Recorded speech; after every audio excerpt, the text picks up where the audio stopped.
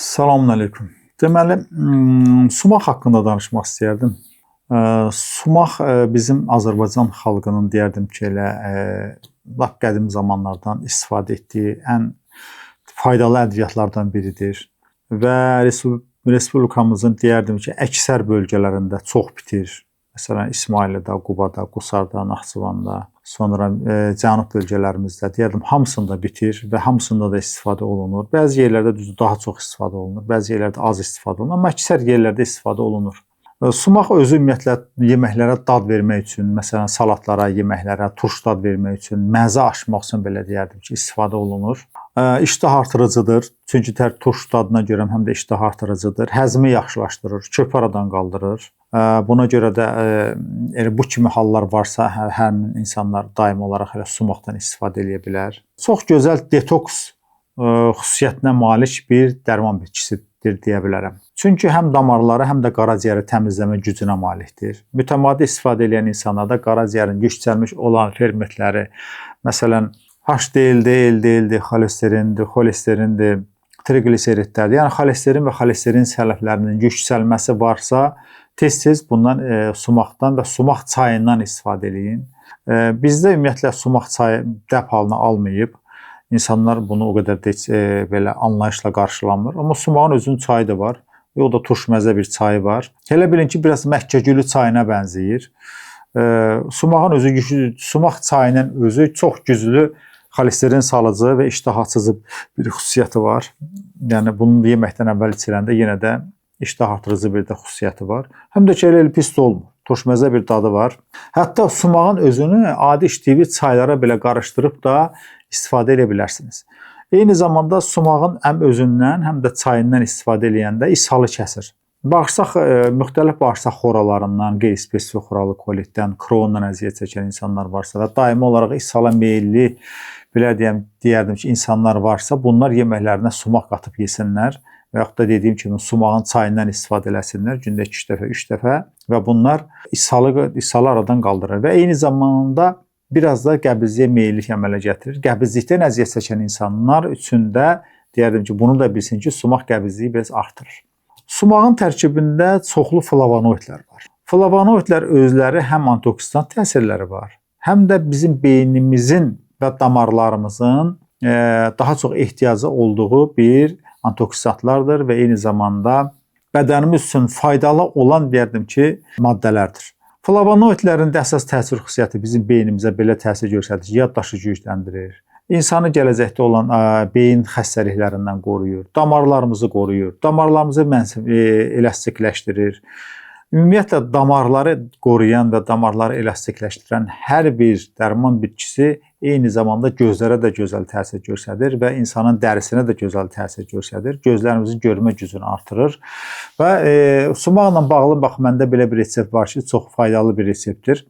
Deməli, sumaq dəmləməsini gündə bir 5-6 dəfə pipetka ilə gözə tökəndə, məsələn, belə deyək, 1 çay qaşığı sumaq yarım stəkan suda dəmlənilir və gündə 5-6 dəfə təzə-təzə əgər sizdə katarakta, yəni mirvari suyu başlayıbsa, bundan gündə 5-6 dəfə gözə tökəndə mirvari suyu tamamilə geri qayıdır və eyni zamanda gözün görməsini yaxşılaşdırır və gözün qidalanmasını da yaxşılaşdırır.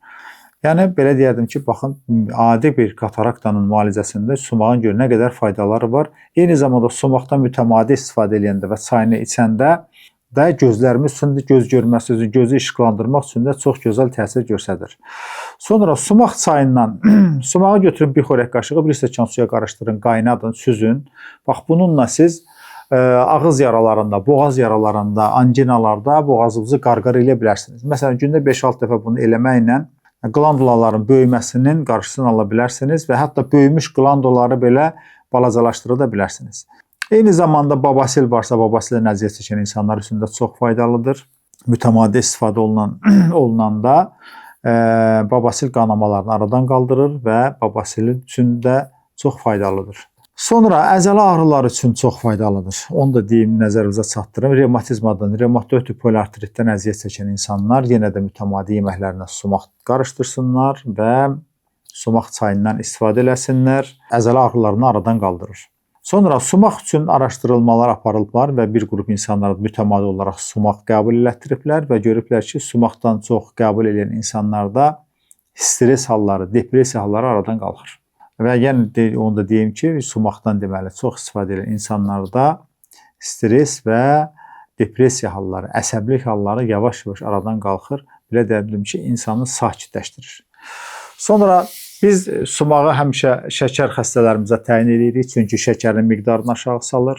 Yüksək təzyiqdən əziyyət çəkən insanlarımıza təyin edirik, çünki yüksək təzyiqi də aşağı salır. Həm yeməyindən, həm çayından istifadə edə bilərsiniz.